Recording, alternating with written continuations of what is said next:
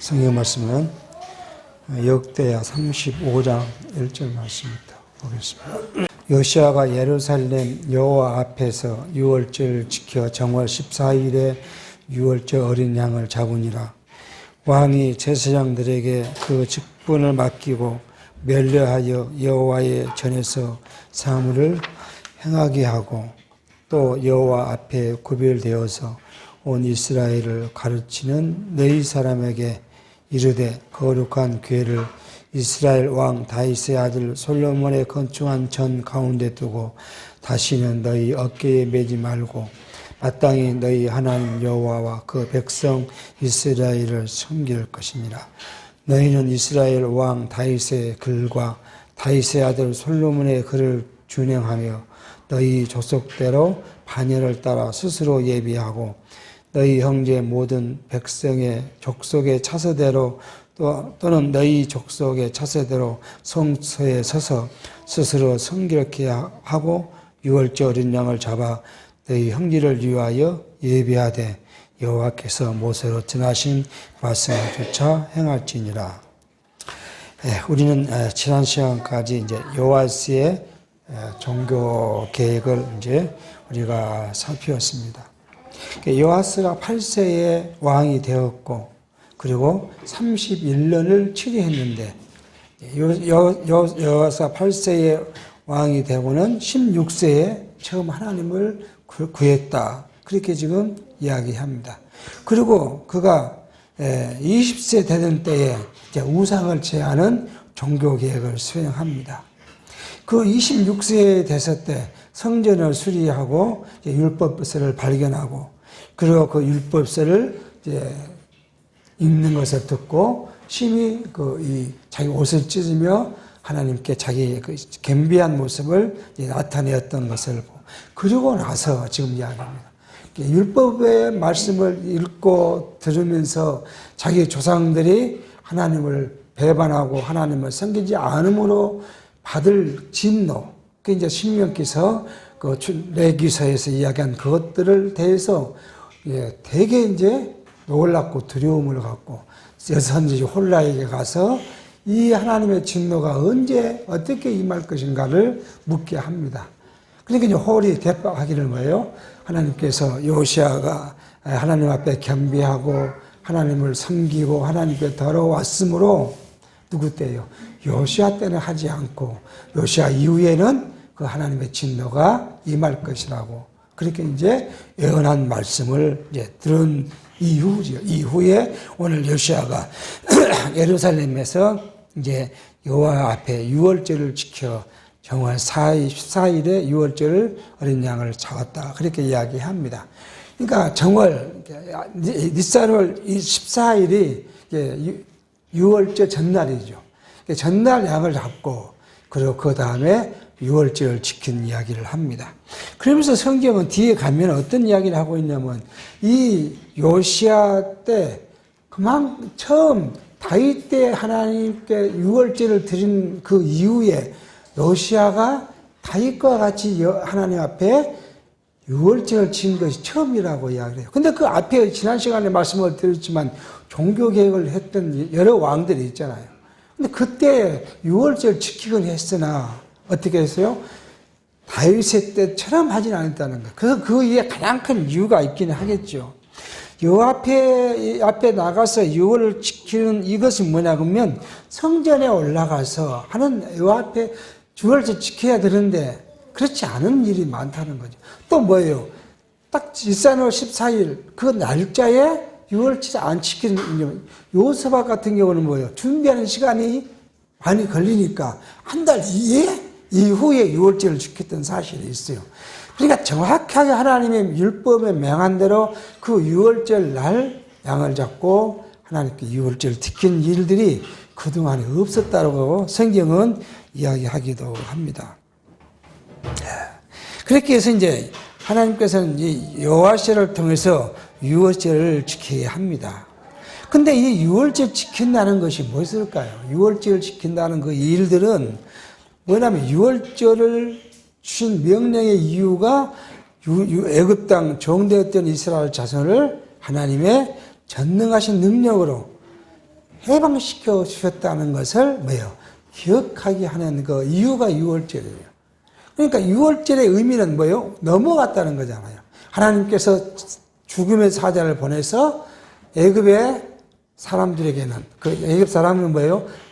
문설주의 피를 바르지 않는 불택자의 자손들에게는 그 장자를 죽이는 거. 그리고 불택자들, 하나님의 백성 이스라엘뿐만 아니라 이스라엘을 따라 사는 사람도 마찬가지겠죠. 그래서 그 문설주의 피를 바른 그것은 뭐예요? 그 죽음의 사자가 넘었다. 그래서 유월절을 하는 거예요. 그것을 기념하는 그것이 뭐예요? 하나님의 전능하신 권능이라는 것을 알게 합니다. 그러니까 하나님을 우리는 뭐예요? 하나님을 기억하는 거죠. 유월절. 유월절의 큰 의미는 뭐예요? 첫째, 하나님을 기억하는 거예요.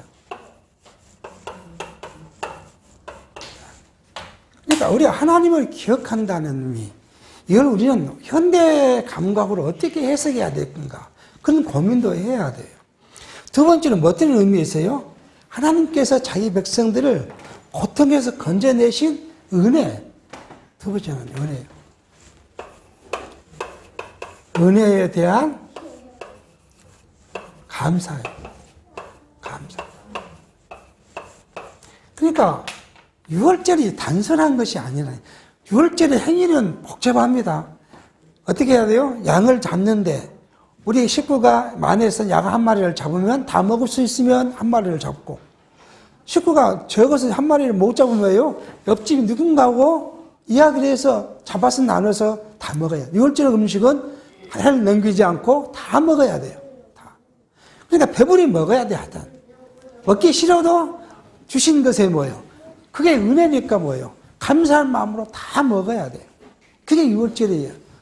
그런데 이 유월절 하나님을 대한 기억, 하나님을 기억하고 산다는 것이 오늘 어떤 것일까 하는 거예요. 구체적인 내용은 뭐예요? 구체적인 내용. 이렇게 기억하고 사는 구체적인 것이 뭘까 하는 거죠. 그냥 기억하고 사는 것이야 이렇게 이야기하면 막연해요. 개념적으로 우리한테 들어오지 않아요. 그러니까 굴구절절 해석을 해요. 굴구절 해석을 하다 보니까 뭘 해요? 육체적인 것을 가져와서 신령한 것으로 변해버려요. 그게. 육체의 가치를 신령한 가치로 바뀌어버려요. 그게 잘못 가르친 거잖아요. 그렇게 해서 결국 교회가 뭘 해요? 육체를 걸 추구하게 만들어요. 하나님을 기억한다는데 뭘 해요? 육체를 추구하게 돼요. 하나님께 나와서 기도하고 예배하고 하나님께 충성하고 봉사하면 뭐예요? 여러분 복을 받습니다. 근데 어떤 복을 받아요? 물질의 복을 받고요. 자녀의 복을 받고요. 건강의 복. 이건 뭐예요? 육체의 것이에요. 하나님에게 주신 신령한 복은 뭐예요? 하나님을 기억하고 하나님 은혜를 알고 그걸 감사하니까 찬송이 나오고, 그래서 우리가 하나님 앞에 내 모습을 살펴보고 내가 하나님과 내 관계가 어떤 관계에 있는가를 깨달아서 내가 하나님으로부터 약간 벗어나면 다시 돌이켜 하나님과 그 관계로 나를 끄집어 드려야 되고, 그리고 그리스도께서 내게 주신 은총이 있잖아요. 그 구속의 은총이 나를 하나님 앞에 자녀로 만들었으니 우리는 뭘요? 기쁨으로 살아가는 그 삶을 살아가야 되는데 그 신령한 가치는 버리고 맨 육체의 것으로 탈바꿈시켜요. 왜요? 구체적으로 우리가 이해를 못하니까 그렇다는 거예요. 자, 그래서 우리는 한번 구체적으로 한번 생각해 봐야 돼요. 구체적으로. 이스라엘 백성들이 이 하나님을 기억하는 구체적인 구약적인 방법이 뭐예요? 자, 첫 번째는요. 율법을 뭐 해야 돼요? 읽고 그 다음에요? 순종하는 거예요. 이게 하나님을 기억하는 거예요. 율법이 뭐예요? 전부 다 하나님에 대해서 이야기해요. 어떻게 해요? 제사란 제도를 통해서 하나님과의 관계를 어떻게 할 것인가를 가리킨가 하면, 지체와 지체, 형제와 형제에는 하나님 나라의 백성으로서 어떻게 해요? 이렇게 살아야 된다. 예를 들어서 누가요? 형제가 가난했어요. 음식이 없어서 저녁 먹고 죽게 생겼어요. 그러니까 와서 빌립니다. 무엇을 줘요? 겉옷을 주고면서. 이스라엘 겉옷은요, 우리 같으면, 우리 집에는 뭐가 있어요? 담요 이불이 있잖아요. 겉옷이지만 저녁에 잘 때는 그 사막지대이기 때문에 추워요. 그러니까 그걸 덮고 자야 돼요. 근데 그것이 이제 제일 값어치 나가는 옷이에요. 그러니까 그걸 맡기고 음식을 가져왔어요. 음식을 내줬어요. 그런데 뭐라고 이야기해요? 저녁에 그걸 입지 않고 덮고 않고 못 자면 추우니까 그냥 그걸 저당은 잡아서 곡식은 줬는데 뭐라고요? 바로 곧 주라는 거예요. 그냥 잡아놓고 갖고 있지 말고 형제가 춥게 자면 안 되니까 그걸 주라는 거예요. 이유 없이. 이게 지체와 지체가 한 게 하나님 나라의 백성으로서 너희 성도와 성도 간에 어떻게 행할 것인가. 이런 것들을 율법이 전부 이야기하죠. 또 왕은요. 그것을 읽으면서 하나님의 뜻을 깨달아서 백성들을 다스려야 돼요. 그러니까 모든 것이 다 하나님에 관계된 하나님을 알 때 생겨지는 것, 하나님을 기억할 때 생겨지는 일들을 율법이 행위적으로 이야기했어요. 행위적으로. 그 행위를 지킨다는 것, 그것을 수행한다는 건 뭐예요? 하나님을 기억하는 거예요. 두 번째는 뭐였어요? 이게 제사죠. 제사.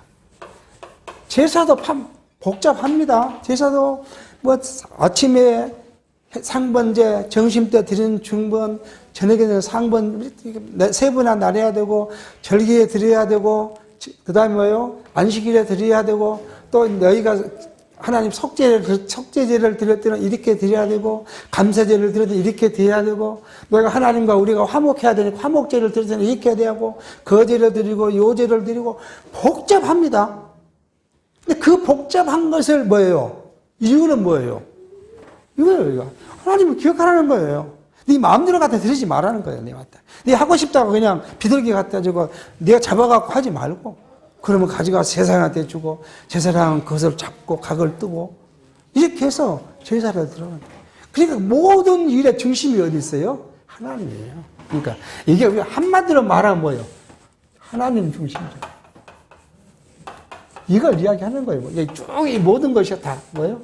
한마디로 하면 하나님 중심. 이게 우리의 하나님을 기억하고 사는 방식이에요. 구약에서는. 또는요, 뭐가 있어요? 제사를 지냈으면 무엇을 지켜야 됩니까? 오늘 좀 절기를 이야기해요. 절기. 이스라엘은 3대 절기가 있어요. 뭐가 있어요? 오늘 6월절이 있고요. 오순절이 있고요. 오순절. 이게 오순절은 칠칠절이라 하기도 하고 다 하지요. 그 다음에요, 맥추절이 있어요. 이렇게 이걸 지켜야 돼요. 그 외에도 유대인들이 만드는 절기는 또 더 있어요. 4가지나 있어가지고 유대인 절기, 7대 절기 그렇게 이야기해요. 부림절, 막 이렇게 자기들이 만들어 놓고 뭐예요? 그게 하나님을 기억하고 섬긴다는 거예요. 이 텀은 기니까 우리 같으면 설 구정 한번 세고 그 다음에 언제요? 추석까지 가면 텀이 기니까 중간에 또 뭘 만들어서 하나님을 기억하고 살겠다 하는 것이에요. 근데 나중에 이것이 뭘로 변질해요? 형식으로 변질하고 말아요. 형식으로. 자, 이렇게 지금 이스라엘 백성들이 하나님을 기억하고 산다는 것을. 그러면 오늘 우리는 뭐냐 이거죠. 오늘. 자, 이게 다 누구를 위한 거예요? 이게 뭐예요? 그리스도를 가리킨 것이고 그리스도를 예표하는 모형이에요. 그러니까 오늘 우리는 누구를 중심으로 해요? 그리스도를 중심으로 사는, 이것이 하나님을 기억하고 사는 것이죠. 그러면 그리스도를 중심한 삶이라고 우리가 했어요. 그리스도 중심된 삶. 그럼 구체적으로 뭐야, 그렇죠? 이게 어떤 것이 그리스도를 중심으로 살아가는 것이냐 하는 거죠. 자, 이게 변질되면 우리의 신앙도 변질되고요. 우리의 영적 목적도 변질되고 있는 거예요. 이게요. 우리는 이 그리스도를 중심으로 살아가는 것, 하나님을 기억하는 것, 예수님의 그 구속의 은총을 기억하고 살아가는 것, 이게 뭐예요? 가장 큰 게 뭐겠어요? 먼저. 저는 그렇게 생각해요. 가장 큰 게 뭐겠어요? 성령께서 우리에게 주신 말씀을 상고하는 거예요. 말씀을 상고하고 듣고 그것을 기억하고 하는 거예요, 그게. 하나님의 말씀, 성경 말씀 우리가 상고하지 않으면 하나님의 뜻을 알 수도 없고 하나님 우리에게 무엇을 어떻게 해주셨던가를 알 수도 없잖아요. 이 말씀을 저리 멀리 하고 맨 육체로 와서 희생한다고 이게 아무 의미 없는 말씀을 먼저 알아야 하나님께 우리에게 주신 은혜를 알아야 하나님과 나와가 사랑의 관계가 형성이 됐을 때 그때 지체를 사랑하는 마음도 생기고 지체를 사랑하는 마음 때문에 내가 봉사도 하고 뭐 하는 것이지 이것이 없는데 내가 가서 하는 건 뭐예요? 자주 말씀드린 육체의 거예요. 육체의 소욕에 따라서 육체의 욕망대로 그런데 이 육체의 욕망대로 선한 일을 하는 사람들은 밖에 나가면 우리보다 이방인들 더 해요. 더 열심히 이방인 지체를 섬기고 이웃을 섬기고 사랑하는 일 우리보다 더 잘합니다. 그 사람들. 그래놓고 자기들은 무엇을 나타내요? 다 또 자기를 나타내요. 무슨 이야기 하냐? 선한 일, 기부를 했더니 내가 처음에 기부할 때는 그걸 몰랐다. 기부를 했더니 뭐가 생기더라고요? 자기에게 기쁨이 생기더라는 거예요. 자기 자존심이 올라가요. 자기가 올라가는 기쁨. 그게 기쁨이 생겨요. 이게 또 해요. 또 하고. 다 자기 육체예요, 이게. 우리는 그 기분을, 자기를 나타내자 한 것이 아니잖아요. 무엇 때문에요? 하나님과의 우리의 관계, 사랑 때문에. 옆 성도가, 나보다 연약한 성도가 편안하게 하나님의 말씀을 듣고 배우고 신앙생활을 하기 위해서 힘 있는 사람이 힘 없는 사람을 대신해서 그게 뭐예요? 연보잖아요. 그러니까 우리는 내가 아니라 하나님과 나의 관계의 사랑을 표현하는 방식이 그 연보예요. 그게요. 자, 두 번째는 뭐가 있을까요? 나를 살피는 것이겠죠. 그게 기도예요. 기도. 그러니까 나를 살피는 것이 기도입니다. 하나님의 사랑을 내가 깨달고 감사하는 것이 기도예요. 기도를 하잖아, 우리가요. 또요, 우리가 뭐요? 이렇게 하나님께 나를 했던 것을 생각하니까 감사가 나오는 거고요. 감사가 없는 건 아무 의미가 없어요. 감사가 나오는 거. 감사가 나오니까 뭐 하는 거예요? 찬송이 해요. 찬송을 하게 해야 됩니다. 자, 이렇게 하나님의 말씀을 상고했더니 뭐가요? 나와 하나님 관계가 어떤 것인가? 내가 하나님으로 말씀으로부터 이탈됐는지 안 됐는지 이걸 생각나니까 뭐예요? 하나님께 내가 기도하는 거고요. 기도하니까 뭐예요? 감사가 생기고요. 나 같은 사람, 나 같은 죄인을 하나님이 이렇게 사랑해 주셨구나. 그 감사가 생기니까 나도 모르게 찬성이 나와요. 찬성이. 이것이 기초돼서 그 말입니다. 이게 기초예요. 이게 기초가 돼서 그 다음에 나오는 것이 있어요. 우리가 뭐 합니까? 오늘 뭐 있어요? 이렇게 예배하는 거예요. 하나님 끝나서 우리가 예배하는 거예요. 우리 예배할 때 우리가 뭐예요? 찬송도 있고, 기도도 있고, 감사도 있고, 말씀도 있고, 이게 예배예요. 이게 예배. 그리고 또 뭐예요? 우리가 하나님 앞에 뭐 합니까? 헌신하는 거예요. 이게 봉사죠. 헌신하는 거예요. 물질이 안 아픈 사람이 누가 있습니까? 세상에 어린 조그만 애도 돈을 알아요, 돈을. 근데 우리가 육체를 입고 가족을 책임져야 되고, 우리 살아가는 우리가 물질이 안 아픈 사람이 누가 있겠어요? 그래도 우리가 하나님 앞에, 내 하나님의 은혜가 감사하니까 내가 하는 것이 뭐예요? 그게 연보예요. 그게 헌신이에요. 헌신하는 마음으로 드린 거예요. 그러니까 그것이 없이 드린 건 무의미한 거예요. 그러니까 일반 교회, 어떤 교회 그렇게 가르치잖아요. 여러분 사업할 때 성공하고 싶습니까? 1억을 벌고 있습니까? 그러면 1,000만 원을 미리 작정을 헌금을 하는 거 아니에요. 그럼 하나님께서 네 정성, 하나님께 연보한 정성을 보고 복을 주실 거예요. 얼마나 어리석은 이야기를 하고 있어요. 그게 하나님과 거래잖아요. 근데 그 거래대로 된다면 여러분 빚을 내서라도 현금 안 하겠습니까? 내가 1억을 하면 10억을 준다는데 그렇게 교회가 기초가 무너져 버리니까 엉뚱한 것을 가르칩니다. 우리는 그래서 우리가 생각하는 거예요. 하나님 앞에 하나님 여호와를 기억하고 산다는 오늘 우리 신학시대의 성도들의 삶은 뭐예요? 그리스도가 중심이 되는, 그리스도가 중심이 됐다는 건 뭐예요? 우리가 그러기 위해서 하는 것이 뭐예요? 말씀을 상고하고 기도하고 그러면서 오는 우리의 자세를 보고 감사하고 찬송하는 것. 이게 기초가 되니까 오늘 우리가 모여서 예배하고 또 지체와 지체를 위해서 하나님의 교회를 위해서 헌신하고 봉사하고 이게 하나님 중심의 삶이에요. 여러분 나와서 오늘 찬양대가 있으면 찬양하는 것도 봉사의 한 가지죠. 우리가 주일학교 왔으면 주일학교 교사하는 것도 봉사의 하나죠. 다 뭐가요? 그리스도가 중심일 때 하는 거예요. 그것이 없으면 내가 할 필요가 없어요. 그것이 없을 때 하면 뭐가 돼요? 자기 잘난만, 자기를 나타내다가 누가 인정해 주지 않으면 그때 화가 나는 거예요. 불쾌해지는 거고요. 그러니까 뭐요? 그것 때문에 소용돌이가 되기 시작하는 거예요. 그러니까 꼭 교회가 뭔 일을 잘 해놓고 할 때는 인간의, 우리가 복음서에 있어요. 인간의 욕심으로도 뭘 해요. 하나님 은혜로 한 것이 아니라 인간의 욕심으로. 또 바울은 그렇게도 해요. 내가 너에게 전하는 복음과 다른 사람들이 한 복음, 시기에서 한 복음의 전도라도 하나님께서 하나님을 전도한 것이면 좋다. 시기로 한 것이라도.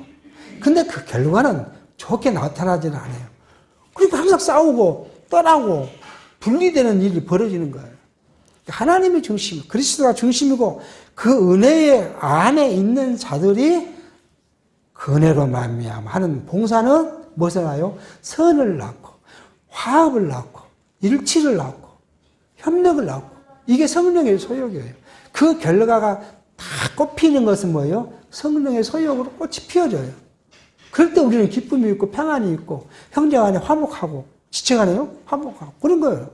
근데 그렇게 못하는 자꾸 세력이 있으면 뭐예요? 그게 육체의 소욕대로 지금 욕심대로 하고 있다고 생각하면 그건 되는 거예요. 자, 이렇게 지금 유월절을 지키는 이유가 이렇게 이제 한번 살펴봤. 그렇게 났더니 왕이 제사장과 내인들을 다 명해서 뭐예요? 열심히 해라. 하나님이 너에게 준 직분대로 열심히, 내인들에게 준 직분인 거예요. 하나님을 섬기는 일이잖아요. 그거 다 직분, 어떤 행정을 하고, 어떤 저는 재물을 잠기고, 어떤 그 제사를 되게 가꾼 것들을 하고, 어떤 경우는 하나님의 자단의 그냥 기구를 관리하고, 모든 것들, 어떤 사람들은요, 찬송을 하고. 그러니까 각기 내인들에게 준 임무는 다 달라요. 어느 것이 더 귀하고, 덜 귀한 것이 없어요. 다 그냥 일치해서 뭐요? 하나님 섬기는 거기 때문에. 근데 오늘날 현대 교회가 뭐요? 하나님께서 자기 교회를, 자기가 준 교회를 세우고 성도들의 신앙을 든든히 굳건히 세우기 위해서 주신 게 뭐요? 은사에 따른 직분인데 이걸 또 사고 팔고 하는. 이 밖에 교회들 이런 거 많아요. 사고 파는 경우는 많아요. 직분이. 그래서 뭐 당회가 뭐 누구를 장로를 시켜야겠다. 누구를 뭐 권사를 시켜야겠다. 누구를 안수집사 시켜야겠다. 하나님께서 생각도 하는데. 그리고 특별히 했더니 당회가 시켜야겠다는 분이 선정이 안 돼. 그러니까 또 2번 해요. 3번 해요. 그러다 안 돼. 그러니까 당회가 공식으로 이야기합니다. 이번에는 누가요? 이 사람들이 뭐예요? 장로, 안수집사, 권사에 선출을 해야 된다. 그리고 이제 법에도 없는 추가 특별했더니 억지로 나왔어요. 그래서 이제 안수를 하고 안수집사를 세우고 장로를 세웠더니 뭐예요? 시끄러져요. 왜 그럴까요? 인간의 행위들이 있기 때문에. 그러니까 특별해서 안 나오면 하나님이 오늘 우리에게 이거 주시지 않는구나. 그렇게 해서 말씀은 잠시 안 할 건데 억지로 하다 보니까 뭐예요? 결국은 하나님의 뜻을 저버리는 행위의 결과 소용돌이에 가는 것들을 우리가 종종 주변에서 보게 합니다.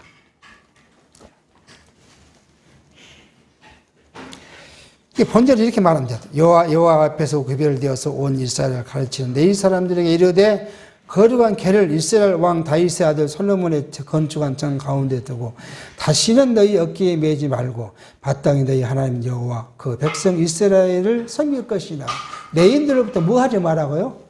언약궤를 매지 말라고 이야기를 해요. 언약궤를 매지 말라고. 왜 여기 언약궤는 어디에 있어야 돼요?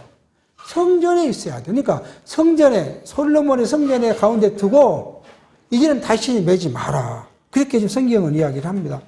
이게 무슨 말일까 하는 거예요.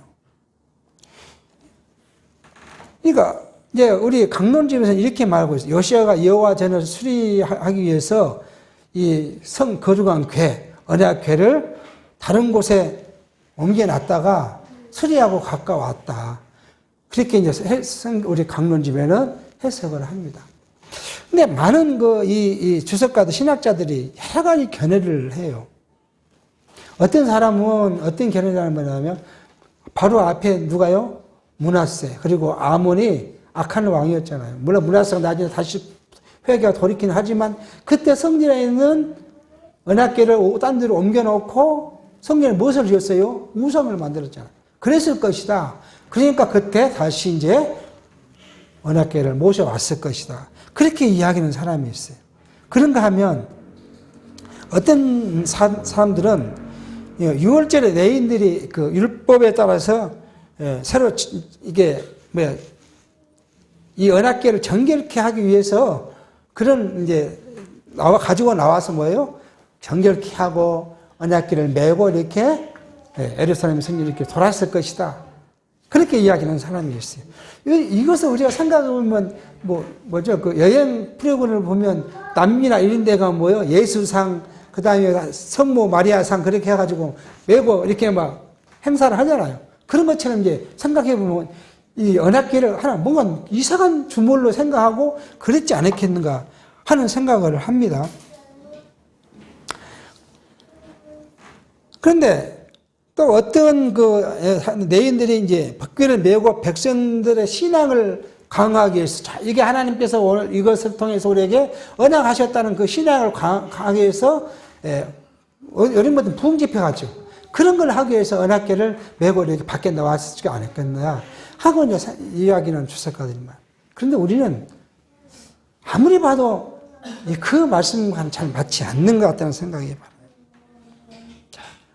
그러니까 다시 말씀드려서 이상한 행위, 본래 있어야 언약궤가 있어야 할 장소에서 이탈해서 하나님의 언약궤로 통해서 뭔가를 우리에게 계시한 계시를 인간의 눈에 보이는 것으로 탈바꿈해서 이스라엘 백성들에게 보여줬던 그런 행위, 그게 6월절날 간섭이 됐든 뭐이 됐든 그러한 것. 그래서 언약궤를 그에 모셔두지 않고 꼭 어떤 인간의 행위를 나타냈던 것들, 이것 때문에 한 일을 요시아는 하지 말라고 명령하지 않았는가 하는 것이 이제 본문과 가장 가까운 해석이라고 이제 받아들여져요. 그러니까 하나님의 언약궤는 있어야 할 곳에 있어야 돼요. 하나님의 교회는 있어야 할 곳에 있어야 돼요. 하나님의 직분자들은 그 있어야 할 곳에 있어야 돼요. 그걸 떠나서는 안 돼요. 그 이상 것도 안 되고 그 이하도 돼서는 안 돼요. 다 뭐예요? 오늘 현대의 직분자는 하나님의 교회를 든든히 세우고 성도들 신앙을 굳건히 세워가기 위한 하나님의 직분자라는 거예요. 하나님의 주신 은사에 따른 직분자라는 거예요. 그 이상도 이하도 아니에요. 장로는 장로로서, 목사는 목사로서, 권사는 권사로서, 집사는 집사로서, 성도는 성도로서 다 그 각기 그에 있는 거. 그러니까 이것을 예수께서는 뭐라고 이야기해 주셨어요? 성전을, 건물을 지어가는데 주처리들이 되고 상목이 되고 받침돌이 되고, 아니 아무리 이쁜 큰 돌이라도 밑에 받침돌이 없으면 뭐예요? 무너져 버리고 말잖아. 그러니까 받침돌이 예를 들어서 일반 그냥 그 정도로 한다면 이제 세속적으로 이야기를 해보면요, 성도고 큰 좋은 이쁜 들은 뭐예요? 권사라 장로고 집사라면 이거 같은 뭐예요? 이게 없이 무너져 보고 하는데, 이게 큰 돌이나 작은 돌이나 어떤 직분이든 하나님 앞에서는 동일하고 귀함도 천함도 없으나 그게 그리스도께서 우리에게 주신 것이고 바울이 우리에게 주신 은사의 정의를 우리에게 알게 합니다. 그래서 이제 사전 너희는 이스라엘 왕 다윗의 길과 다윗의 아들 솔로몬의 글을, 이거 뭐예요? 율법이죠. 율법을 두년 하는데 너희 족속들 반일을 따라서, 레위인들의 족속의 반일을 따라서 봉사하고, 또 너희 형제의 모든 백성의 족속의 차세대로, 또 레위 족속의 차세대로 성소에서 서서 봉사하고 스스로 성결케 하고 유월절 어린 양을 잡아 너희 형제를 위하여, 이제 유월절을 위해서 하라. 그렇게 지금 말씀하고 있습니다. 오늘 우리는 뭐예요? 구약은 무엇대로 행해야 돼요? 율법대로 행해야 돼요. 이게 하나님의 말씀을 지키는 거고 기억하는 거예요. 오늘 우리는요, 그리스도가. 오늘 신학시대는 뭐예요? 예수가 율법의 오형이고 근본이고 본체이시니까 예수가 중심된, 이것이 우리가 이제 현대에 우리 살아가는, 우리가 보는 율법을 기억하고 하나님을 기억하는 삶. 그러니까 이 그리스도가 중심이 되면 우리의 무거운 짐은 누구에게요? 그리스도에게. 그리스도의 가벼운 짐은 우리가 풀고 살아가는 거예요. 아직도 여러분 무거운 짐을 지고 있습니까? 아직도 우리가 그리스도 인정 못한 거예요. 이 무거운 짐이 뭐예요? 죄에 대한 짐. 여러분, 생활고를 말한 것이 아니에요. 죄에 대한 우리의 속 사람의 아픔. 이것을 지금도 그 몸을 팍 내를 누르고 있으면 누가 내게 없는 거예요? 그리스도의 은총이 내게 없는 거예요. 그러니까 죄에 대해서는 우리가 두려움을 갖고 살아야 돼요. 지난 부활절 때 우리가 이덕성 목사님 말씀하셨죠. 죄에 대해서 요즘 우리 말씀 듣는 교회가 죄에 대한 감각이 없다는 이야기 많이 해요.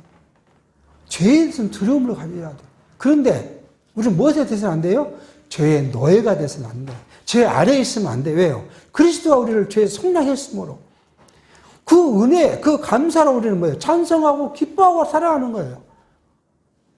우리는 날마다 죄를 범해요. 안 범할 수가 없어요. 인간인데 어떻게 죄를 안 범합니까? 시시때때로 내 인간 중심으로 살려고 하는데, 내 중심대로 살려고 하는데, 꼭 무슨 율법을 어겨서 죄가 아니라 우리가 하나님의 품을 떠나니까 뭐예요? 내 중심으로 살라는 거 아니에요. 내 중심으로. 그러니까 우리가 날마다 시시때때로 죄를 범하게 돼 있어요. 그럼 우리는 그 죄를 누가요? 그리스도가 우리를 용서했어요. 죄 값을 지불했으므로 율법 아래 내 죄는 사함을 받았어요. 그러니까 우리가 즐겁고 기쁨으로 살아가야 한다는 거예요. 죄를 무시하고 산다는 것이 아니라 우리가 죄의 노예가 돼서는 안 된다는 말씀을 지금 이야기합니다. 유월절 어린 양으로 죽으신 예수 그리스도를 생각하고 기억하고 사는 것이 오늘 뭐예요? 우리의 현대를 살아가는 우리 성도들의 삶이다. 그렇게 이제 말씀할 수 있습니다. 자, 실진입니다. 요시아가 그 모인 백성에게 자기 소유 양떼 중에서 어린 양과 어린 염소 3만과 수소 3천을 내어 유월절 제물을 주매 방백들도 즐거워이 희생을 드려 백성과 백사람들과 레위 사람들에게 주었고 하나님의 전을 주장하는 자 hil기야와 스게라와 여이엘은 제사장들에게 양 2,600과 수소 300을 유월절 제물을 주었고 또 너희 사람의 두목들 곧 고나야와 그 형제 스마야와 느다넬과 또 하샤바와 에이엘과 요사밧은 양 5천과 수소 500을 레위 사람에게 유월절 제물로 주었더라. 자, 이제 이렇게 해서 유월절을 잡는데 유월절 제물에 대해서 지금 설명을 합니다. 요시아가 백성들을 위해서 양과 어린 양과 염소를 3만, 그 다음에 수소 3천을 내주고, 그 다음에 반백들, 좀 간원들이죠. 간원들이 즐거이 하나님 앞에 희생의 제물, 헌신한 거예요. 감사가 나오니까 헌신하는 거예요. 헌신으로 왜요? 제물을 또 다 내게 줬더니 그것으로 유월절 연을 잡고 유월절 다 어디로 나와야 돼요? 성전으로 백성들이 다 모이 거기 와서 그 유월절 제물을 나누어 먹고 하나님께 감사하고 하나님을 찬성하고 그렇게 했다. 그렇게 지금 말씀합니다. 그러니까 우리 말씀 듣기 어떤 목사님은 이 이야기를 합니다. 우리 교회가 세 종류의 성도가 있다. 그렇게 이야기를 해요. 성도 세 종류. 첫 번째는 돌봄이 필요한 성도가 있고요. 두 번째는요, 자기 짐을 지는 성도가 있고, 세 번째는요, 다른 사람, 지체 짐까지 나누어지는, 짐을 나누어지는 성도가 있다고 하나. 자, 이건 아직 우리가 성장하는 성도예요. 우리 교회에 오면 초신자들이, 우리가 초신자라고 말을 하죠. 초신자라는 말도 사실 잘 맞지 않는 이야기지만, 대비하니까 그런 말을 해요.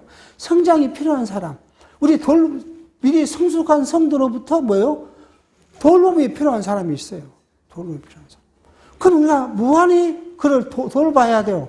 아직 어리고, 아직 미숙했기 때문에, 실수를 안 해도, 옆에서 이게 용기를 붙들어줘도 그런 도움이 필요한 성도가 있어요. 우리는 그 성도들을 관심과 사랑과 관심으로 늘 생각하고 기도하고 협력해야 돼요. 두 번째는요, 우리가 이제 이 단계가 너무 성숙하니까 뭐요? 내 짐은 내가 지는 거예요. 내 신앙 상태, 내가 책임을 지고 가는 거예요. 그 다음에 이것이 더 커지면 뭐예요? 이제 지체의 짐까지, 이 지체의 짐까지 내가 지어가요. 연모도 그렇고, 교회 봉사도 그렇고, 다 마찬가지예요. 그래서 이제 그분들은 이 세 번째의 성들을 뭐래요? 동역자라고 이야기를 하더라고요. 동역자. 같이 짐을 지는 성도들을 동역자라고 해요. 그렇게 명칭을 하시더라고요. 근데 우리는 생각해 보십시오. 저는 첫 번째 우리가 말씀을 드리고 싶은 게 뭐냐면, 가장 내 신앙의 믿음의 동역자가 누구입니까? 여러분에게는 여러분 가족이에요. 남편이고 아내예요. 그렇잖아요. 남편과 아내가 우리 신앙의 동역자예요. 그러니까 내 신앙의 동역자인 아내와 남편을 사랑하고 존경하고 존중할 필요가 있어요. 그 다음에 누가요? 누가 우리의 신앙의 동역자입니까? 가족 말고 교회 지체들이 아직 미숙한 성도도 있고 자기 짐을 지는 성도가 있지만 모두가 우리의 뭐예요? 신앙의 동역자. 이게 모두가요. 이 모두가 우리는 신앙의 동역자예요. 이런 분도 있고 이분도 있고 이분도 다 있어요. 다 신앙의 동역자예요. 그러니까 교회 안에 지체끼리 뭐예요? 서로 존중하는 거예요. 존중함이 없으면 뭐요? 아니 나를 존중하지 않는데 누가 그 존중한 마음을 존중함으로 갚으겠습니까? 존중해야 돼. 그리스도께서 사랑한 것처럼 뭐요? 사랑해야 돼. 그리스도 사랑으로 사랑해야 돼요. 우리가 하나님이 나를 사랑한 것처럼 내가 하나님을 사랑하면 그 사랑으로 우리 동역자들을 사랑하는 거예요. 자, 이 동역자가 밖으로 나가면 뭐예요? 이제 전도의 대상. 그러니까 우리가 선교하는 거예요. 선교를 그 동역자의 심정으로 선교하는 거예요. 그럼 우리가 하나님을, 우리가 결론을 내린다면 여호와를 기약하고 사는 것은 뭐예요? 우리 신앙의 동역자들과 함께 기뻐하며 즐거워하며 나아가며 살아가는 거예요. 이게 우리 신앙의 기본이고 자세고 전체예요. 우리가 다른 것에 짐질 필요 없어요. 교회 봉사하고 이런 거로 짐질 필요가 없어요. 짐질 만한 능력을 하나님께서 주시면 짐을 지는 거예요. 아직 거기까지 못 갔으면 아직 하나님 성장해 가는 성도, 그러니까 우리가 그렇게 바라보면 돼요. 저분은 우리가 하나님께서 아직 성장시키고 있는 과정이에요. 그러니까 모든 것을 뭘로 봐야 돼요? 사랑으로 볼 수가 있는 거예요. 사랑을 봐줄 때 그 성도를 이해하고 용납하고 같이 함께하고 서로 위로하고 그럴 수 있는 것이라고 생각이 됩니다.